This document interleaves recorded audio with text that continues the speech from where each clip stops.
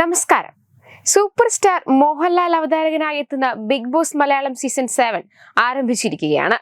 7ന്റെ പണി എന്ന ടാഗ് ലൈനുമായി എത്തിയ ഈ സീസൺ പ്രേക്ഷകർക്ക് വലിയ പ്രതീക്ഷ നൽകുന്നു. മുൻ സീസണുകളിൽ നിന്ന് വ്യത്യസ്തമായി ചെന്നൈയിൽ ബിഗ് ബോസ് മലയാളത്തിനായി പ്രത്യേകം നിർമ്മിച്ച പുതിയ വീട്ടിലാണ് ഇത്തവണത്തെ മത്സരം നടക്കുന്നത്. 19 മത്സരാർത്ഥികളാണ് ബിഗ് ബോസ് വീട്ടിലേക്ക് എത്തിയിരിക്കുന്നത്. ഇതിൽ പ്രേക്ഷകർ ഏറ്റവും ആകാംക്ഷയോടെ കാത്തിരുന്നത് സോഷ്യൽ മീഡിയ താരമായ രേണുസുധിയുടെ എൻട്രിയാണ്. ഇന്നലെ വരെ രേണുസുധി ബിഗ് ബോസിൽ ഉണ്ടോ ഇല്ലയോ എന്നതായിരുന്നു സമൂഹ മാധ്യമങ്ങളിലെ ചർച്ച. ആ ചർച്ചകൾക്ക് വിരാമമിട്ട് രേണുസുധിയെ ലാലേട്ടൻ തന്നെ ബിഗ് ബോസ് വീടിനുള്ളിലേക്ക് സ്വാഗതം ചെയ്തിരിക്കുകയാണ്. തന്നെ ബിഗ് ബോസിലേക്ക് വിളിച്ചിട്ടില്ലെന്നും വീട്ടിൽ തന്നെ ഇരിപ്പുണ്ടെന്നും കഴിഞ്ഞ ദിവസം ഫേസ്ബുക്കിൽ പുറത്തുവിട്ട വീഡിയോയിൽ രേണു വ്യക്തമാക്കിയിരുന്നു. അത് വിശ്വസിച്ചവർ ഇപ്പോൾ രേണുസുധിയെ ബിഗ് ബോസിൽ കണ്ട് ഞെട്ടുകയും ചെയ്തു. അവസാനം വരെ സർപ്രൈസ് കാത്തുവച്ച ശേഷമാണ് രേണുസുധിയെ ബിഗ് ബോസിനുള്ളിലേക്ക് ക്ഷണിച്ചത്. സോഷ്യൽ മീഡിയ തുറന്നാൽ രേണു മാത്രമാണെന്നാണ് സ്വാഗതം ചെയ്തപ്പോൾ മോഹൻലാൽ പറഞ്ഞത്.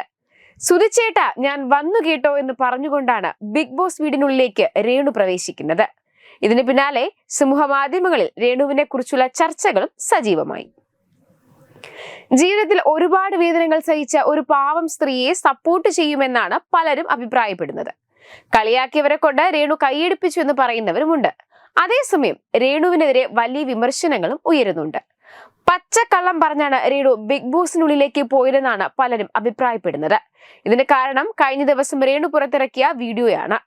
ചേച്ചി രമ്യയുടെ വാടക വീട്ടിലായിരുന്നുകൊണ്ടാണ് രേണു ഈ വീഡിയോ ചെയ്തത്. ബിഗ് ബോസിലേക്ക് ഇതുവരെ വിളിച്ചിട്ടില്ലെന്നും താൻ ചെന്നൈയിലേക്ക് ഫ്ലൈറ്റ് കയറിയിട്ടില്ലെന്നുമാണ് രേണു പറഞ്ഞത്. ചേച്ചിയുടെ വീട്ടിൽ കുറച്ചു ദിവസം ഉണ്ടാകുമെന്നും രേണു പറഞ്ഞിരുന്നു.